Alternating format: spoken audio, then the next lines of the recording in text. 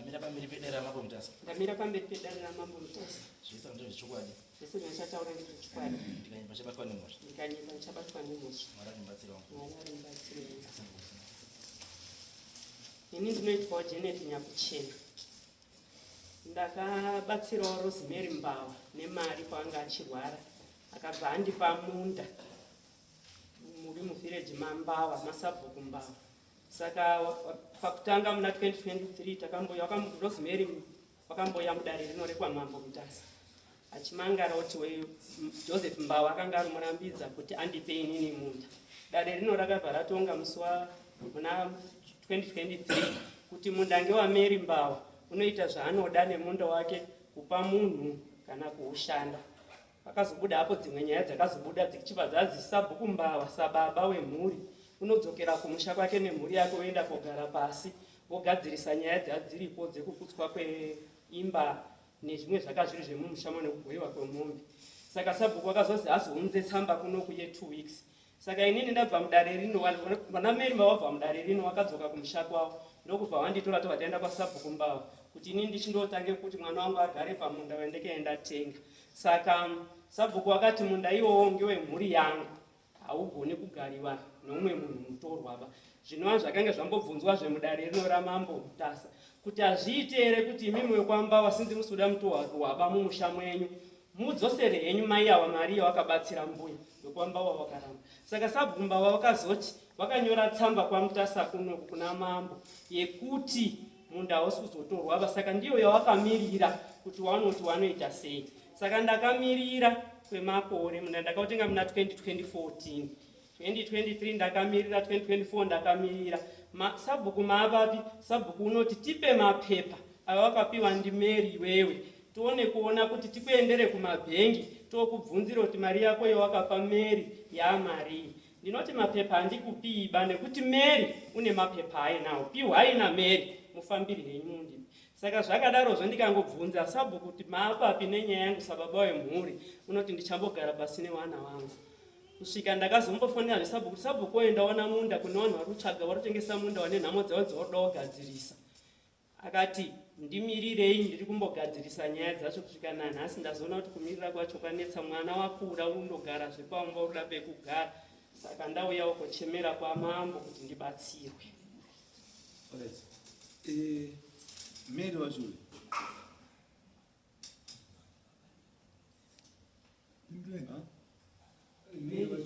Mary haasi panoba ndine tsamba yakandipa yakabva kuno ndipechimundipetsamba chese ndikumuda muri dzenyaya yaSabhuku because munda hausi waSabhuku ndewaMary.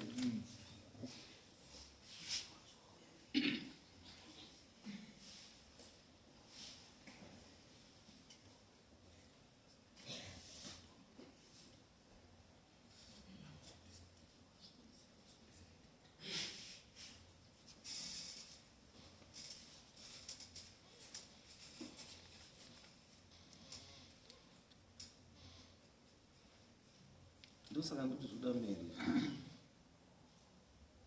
Sabhuku imi Sabhuku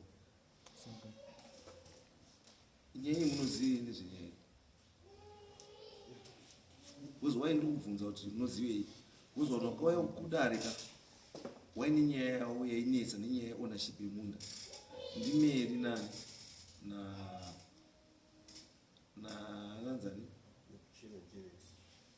ana Shingi naitai naJoseph ndizvo Shingi Itai naJoseph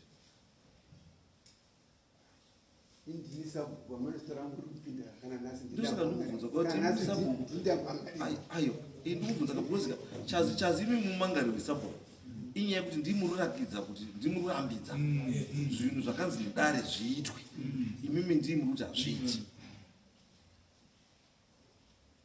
ndonyaya yemaunziroda because nyaya ikai hainei nemi saka kana isinei nemi muri kukwana papi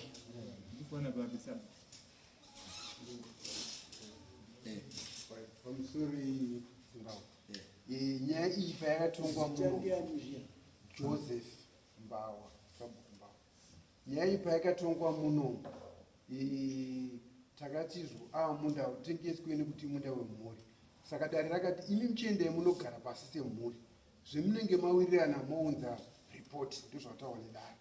Saka ii ndakanyora tsamba ndikaunza kunoku ndikati munda uyu ndewemhuri, amai havachadzoserwa mari yavo. Saka amai avashuwa vakauya tikati mhai isusu ana Shingi avo vanenge vari prepared kukudzoserai mari yani, mari yenyu. Imi michiburitsai tsamba yamakanyora yamakawirirana naagreement of sale namai vedu, mudzoserwe mari yenyu. Asi kuti mudzoserwa mari yakanyorwa ipapo, asi tikuti tiwane pekubvira. Amai ndipo wakabva kuti handiburitse tsamba iyoyo. Saka totaura tichiti kudini, zvikanzi munda wekare mari yakwira, ndikati tozviziva asi kuti titaurirane tine pekubvira. Saka ndobva waenda pane nyaya yangu chakaunza nyaya ino kudai yanga iri nyaya yeownership wemunda iwo between Mary nani nemukomana. Ndio yakanga iri nyaya kuti munda ndewani, taida kuestablisha kuti munda ndewani. Ndobva taestablisha kuti munda ndewani, ndewa Mary. Andizvo taestablisha kuti munda ndewa Mary, zvinorevei? Zvinoreva kuti Mary akukwanisa kuita zvaanoda nemunda wake. Andizvo? Saka Mary ndobva adi, Mary ndobva atora munda wake ndobva apani mai yavo kuti ndo ndakapa chii munda. Izvozvo hazvinoenda sabhuku, hazvinoenda munhu. Iagreement yavo vari wangani? Vari 2. Saka ini mubvunzo wangu uri pekuti kana iri agreement yavo vari 2 pachinhu chavo chine established ownership structure, saka sabhuku imi makuya pa, because this is not virgin land. Haisi virgin land man. This is private property.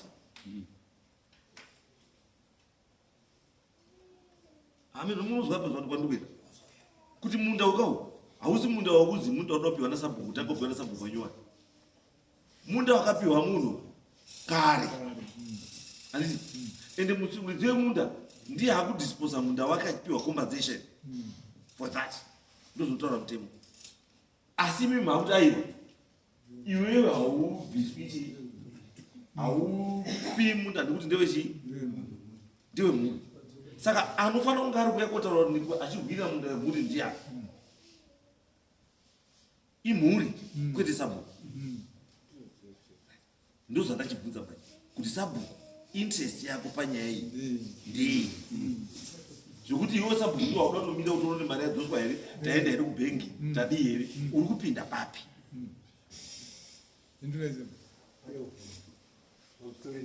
Yes. Tauya muno mukoti, ini handina kuchandakataura. Vaitaura ndivo havana Shingi ndo vari dzemunda. Handitika kana musi wachona iwoyo koti paikatizvo imimi sabhuku endai munogara pasi nemhuri. Handitika ini ndakaita sekutaura kwemaking ematauro, ndokubva tanogara pasi. Saka ini nhasi kana kumira kwangu kuti ndiri kuenda pamberi, handisi kuenda pamberi nekuti ndazvidira. Ndadoshamisika nhasi vakomana vanonyorera mapepa vakutakambangariwa naJoseph Mbao. Yobona chikwendirogomangariwa papi? Asi handigoneka kuramba. Izwai bambo sabhuku. Chaakuti mumangarirwe imimi kukoti. Handiti? Imimi ndimhako obstructed the course of justice. Mapindira panyaya isi. Because dare rakadii rakatonga kare. Handiti? Ndobva papiwa judgment. Imimi nenyaya yekuti mune chigaro chasabhuku kochizi chiendai munoone kuti zvataurwa nedare kuti vanhu vagare zvakanaka munda wozigaro dhiwani zvaitwa here. Imimi mabva manotora advantage yekuti ndapinzwa mukati menyaya. Mahakuti vangasenge mahakutanga nyaya yapanyuwani, iyo nyaya yakapera. Murinatsa ubazigwai.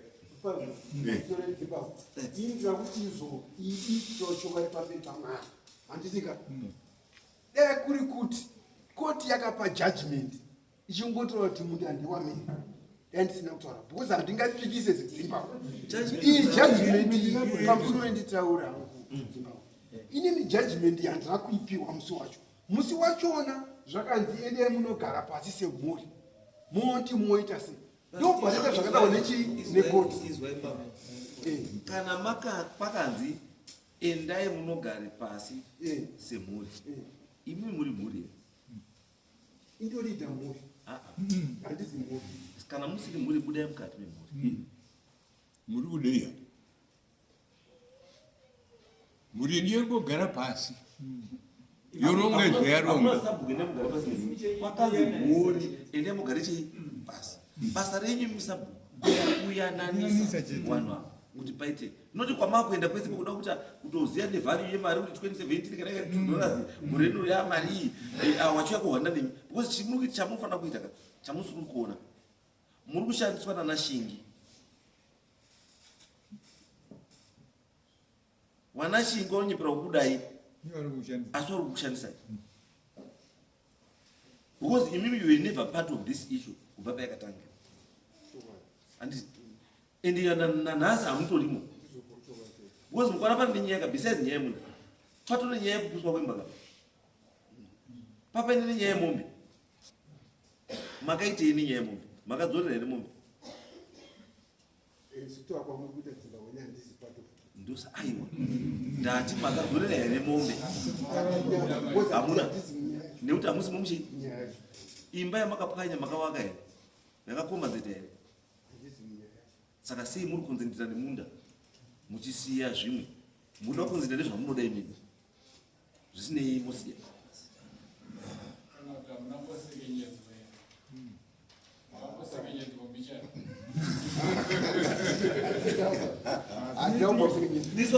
this issue bambo ine judgment munda ngewameri mubayiwa 1 imba nemombe zvichagadziriswa ndo judgment yakapiwa musi wa29/07/23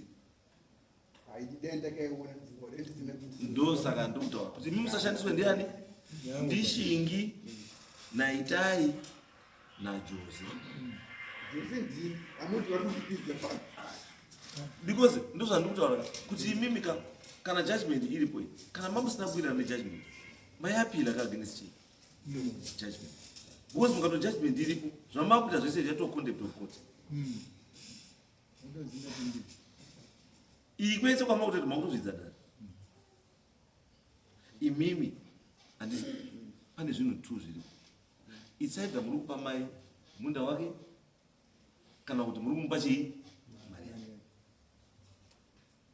chete zvatopera muri kumupa chii munda wake kana kuti muri kumupa chii mari yake imimi haada kupinda kuti munda ndiyo musha asi pakarwara mai achitengesa minda handiti achida mari yekuchipatara mamuripo chamakuda minda kudarika utano hwemunhu paaida mari yekuenda kuchipatara hamuna kumupa asi nhasi maakuda munda mai awakaponeswa nemunda wake ndosaka akaupa munda kunani kuna Mary muruzwa maipenyerwa kuti paite agreement yemunda between Florence na Mary it was nyaya yekuti Mary angarudii angaruvara ndobva ashaya akamubatsira mumwe ndobva adecide kudisposa part of munda wake kuti akwanise kuenda kuchipatara ndobva adisposa iri agreement yaMary nani na Florence hapana muri baba munhu ndobva apona munhu apona maakuti munda wayo akaponesa munhu ngewedu chitidzorera azviiti mune zvichinhu hanisaba zvanoda kuti muchiite imi sabhuku sabhuku zvamaakuenda kuita manje kuenda kuti wanashingi kana usati wabhadhara mari yaFlorence ngaubve pamunda kana waruda munda ngaudzosere Florence mari yake woenda pamunda pasina mari yaFlorence hawapo munda ngawaFlorence ngawatobvipo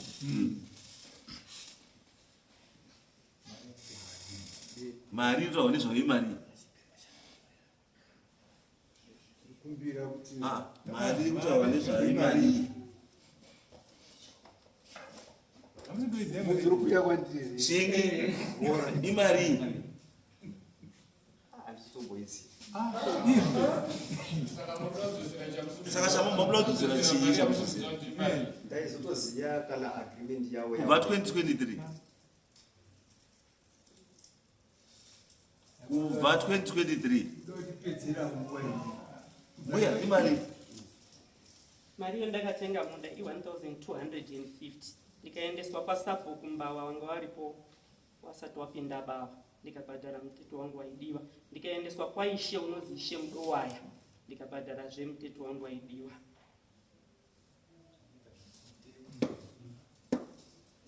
zvese ndaiendeswa namiri imimi wanasabhuna rashingi manje ndimhaku yakuda kupwanya zviro zvakaitwa musati mako makutotaura kuti tisitoziva kana kuti mai vakarapiswa mari ishingi unomboiziva kuti mai vakarapiswa mari iyi pangarwa shingi sambogara yai pasi kuda shingi mai vakarapiswa mari iyi pangarwa akarapiswa ndiani mai waiti wakarwara waienda kugara kwakunda wavo saka ndizozivi zvinozoitika vari kukuti kuwakorora vacho kuwakwasha kuwakorora wakorore tatiri kubva tatiri kumabasa musina mari mamunosenza musina mari mamusenzera rungireni kuti mayaenda kukorapiswa newakwangu taishanda but mari tatire taingosvika pamba totozwa kuti wana tete wakatora kusvika pamba ka uizwa kuti mai hapana akatohwa nditete uri kwatete hazvirevo kuti nyangwe mai ekokeshi haisviki yanga isikasviki ekokeshi kunana kune mukwangu kana kuenda kuna mai yako kuona mai yako zvakunetsa chii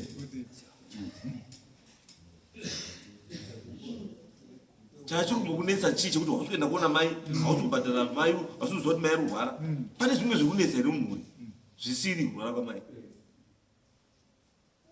kuzi zvisimuzika kutotaura kwatoita matomupaka mukapicha kuti iwe nehazvadzinyamwirirana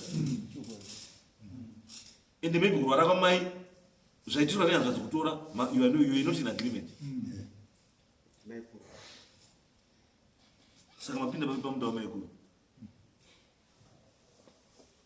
maendirana minda shingi usaite pfungwa yekuti zviro zvamaikuru ngezvemusha zvenyu ngezvenyu ipolisi yakashata iyoyo regai vana vamainini waiwo zviro zvamainini zvavo imimi woya zvamaikuru yai zvenyu gudzikanai nekwenyu kwamaikuru iko hazvirevo kuti kana uri mwana wamaikuru ndiwe mwana vadziva mwana wamainini mwana wababa mukuru mwana ngozi hakunze emeswa namainini nanani vese ndibaba saka namututaisa nyaya yemhuri kamututaisa maiba utaisa baba kuti tese takadai pana timbori wana wani hapana panombozi mai wako ndaizwa zita remhuri pa wozi wana wani wese warapozi warifamba pawana wanawo wozi wana wajames ndini james wacho nyange wari wana mai cheni wakasiyana asi james ndiani ndini wozi aruziva kuti aita basa kunoku ndiani ndi james mazuva pamo chisiya mainini zviro zvake budai mukati mamainini kushaya mwana mukomana haisi mhosva kufirwa nemurume haisi mhosva kuita mukomana mudiki uri mwana wamainini haisi mhosva mese muri chii ndosaka wana wamainini vachikuti chii mukoma shingi havamboti sekuru shingi kana kuti baba shingi uri mukoma chasiyana chiri ndi mai wake namai wake asi baba chii saka tichiita nai zvakadii zvakafamba iparegai mainini aite zvakuda nemunhu zviro zvake ngezvake she is the surviving spouse handizve so nyaya iripo bambuka vana shingi ibvai pamunda iwowo kana muda munda iwowo dzoserai Florence mari yake yakashandisa yese zvese zvakaita nemari yake udzosere mari yake ende matadzawo zviita kubva 2023 3 years muchimukidza umwe mukadzi muchishayisa umwe munhu rufaro for 3 years imi muchifara muchinakirwa ibva ipo papo with immediate effect magwere aoma ndaimubvise kana pamene magwere ibvisai zvese kusvika mamupa mari yake. Amusati mamupa mari yake ndepake iye yuyu, because akaita agreement nemuridzi wechii munda. Hamupo baba agreement yemunda yayo because you don't own munda yayo. Munda one muridzi. Yes ma'am. Mire, munda ndakatenga 2014. Ndipo ndakatenga munda nyaya dzacho dzatanga pana 2014. Ndatengera mwana angari kuchikoro. Ari kudzidza. Kuzoya komangara muna 23 kuya kotomangara yanetsa asi ndakatenga munda 2014. Mari ndakatora roni chikwereti kubhengi ndiri mushandi wehurumende. Ende kuda kuona Munhu kotora umwe mai kotora loan kubhengi yekurapisa mai washingi. Shingi ari Shingi wozoya pano komira kufa dhaya zvenyu kumabvuku uchichadza kurapisa mai kwaHonda. azisenzi ba Ongekea kuma vaipa muda ipapo napasi penyu kana muda iye atora iye utotora hake kuti no kana muri murangi wemhuri muri kuda fine mai ndakarapisa mai chii mupenyu ndidzosera yangu mari yani yangu mari yacho hamuchatidzosera andisi munda muda kutora mai wenyu mupenyu wakarapiswa hamusi kuona kuti utsinye here pambo hausi utsinye here pambo Shingi. Vana Satani varipo pasi pano pambo. Naona kuti pamwe unoita Satani watu. Satani roba. Haurapisirwi mind yeumwe munhu. Woenda kotora loan kubhengi wozvibhadharira. Kurapisa mai wako iwe. Wapedza kurapisa mai wako wamutano. Uzanaka chibva. Mari yake hamusina kumudzosera. Munda wake mumutorera. Bambo musadaro. aziti beti aziti ba Musadaro. Mazwa. Endai mubve pamunda ipo papo. Kana matompa musina kupa mari yake chete bhai pamunda ipo papo. Because Florence na Mary hawana chii? Hawana dambudziko. Wane dambudziko ndimi muda kubva kunze. Iye haisi mhosva yake kuti wakadzi 6. Unopostora here? Yes. Unokadzi wangati? Une wana wangati? Unowana 4. Wakomana wangati? 4. Wakomana 4. Saka wakutsvagira wana wako machikugara.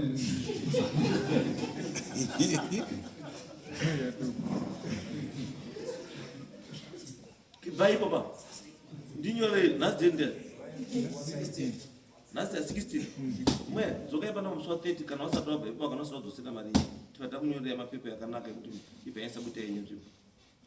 Sabhuku mimi manje zvamakuita kuita manje. Imimi sabhuku wangu manje. Zvamakuenda kuita manje. Kuenda kondibatsira kuona kuti nashingo wabva. Mazwa sabhuku. Sabhuku. Ndakuti kutumai manje endai motoona kuti wanashingo wabva here pamunda usiri wavo ngekukasika mombe dzadzoserwa here nyama iwe handizo sabhuku amusati ndizvo panozodzisisa matizvo kudzoserwa kwemari kubva pamunda sandoratidza chinhu 1 ndati imimi manje ndosati ndakuti kutumai mwende kochiona zvaitwa here zvinizvo tati wakomana ava wasakadzosera mai avo watori hau willing kuti no kuti handida muzvinodii zvinonetsa loni ndakakutorerai mai wenyu ndakadii ndakakurapisirai munda ndakaudii ndakamuchengeterai although ndatoo ndaonawo mwana wangu waone pekudii pekugara fine no problem kana mati munda muruda chindipai henyu mari yangu yandakadii ndakakupai handichabvisi hangu kupora kwamai wenyu mai wenyu akundoramba akakapora asi chichi muridzosera henyu mari yangu yandakarapisa ani mai wenyu motora henyu munda wani wenyu mupa chii mupa wana wenyu kuti mwari zvanoita unobva akuremedza neimwe nzira hambokupikana mwana musikana wari wonitaisiro tacharoora unobva kupa 4 mabhonjisi 4 wana bhonjisi woni wauda pekugara umwe naumwe uda pekugara iwo wakuchaisa pauda kugara manje uchifunga kuti wana bhonjisi wangu wari kufunga waisei ende wangoda kupa target yekudzokesa mari iyo mai asungu ndosaka tati by musi wa 30 yeah wanofanira kuti waita hwani yezvinhu izvi yes kuti wanofanira kunga wadzosa mari yamai yes kana kuti kana wasati wadzosa mari iyoyo kana pasina imwe agreement yaitwa before musi wa 30 wanobva watobva ipapo mai kutotanga kuwaka pamusha pani ndizvozvo pake saka sabhuku ndosanga sabhuku chiendai mondibatsira kuti zvinhu izvozvo zvidini zviite. Ini ndiri kure, imimi ndi muri padhuze, mundionerewo bambo kuti zvaitwa here. Bvunzai bambo. Ndokutizwa pamari apa pajekeswa kuti mari iyi kuti ndizoti vakomana Hanzi 1250 ndega. Pane musumo waishe ndega. Pane musumo wasabhuku ndega. Kune transport yekuya kudare kuno iri neremusi wa30 nerani ndega. Pokuzoya inflationary adjustment from 2014 kusvika izvizvi kuti yanga ichiwana 10% here annually kana 8% munowekerwa nekebs yokutaura kuti 1200 in 2014 nhasi imari iyi.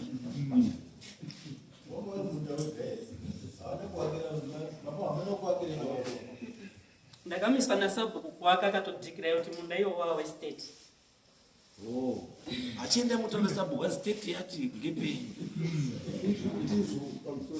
aizoti pakuwekerwa pamari apa kuti vati vasazonetsana nditika anoda unowekerwa ndimai awa here kana kuti vanda Imimi zvamunoenda munopiwa mafigures namai avo because ndo wakabhadhara mari. Mopiwa confirmation nameri kuti zvishuwa mari ndo mari yandakadii yandakapiwa. Andizvo then yochiwekwa ngatitora nenyaya ya 2014 kana mauda chiona current value yokuti mari yanga 2014 nhasi yamari maakuenda kubhenga zvimbotoeka na 5 minutes kuti uda kungoziva kuti 1200 in 2014 in 2026 yamari ndiyo figa yamuchapa wakomana avo kuti wabhadhare chii mai avo. Asi kana watadza wakomana by 30 mai wakuti wakapamba. Thank you.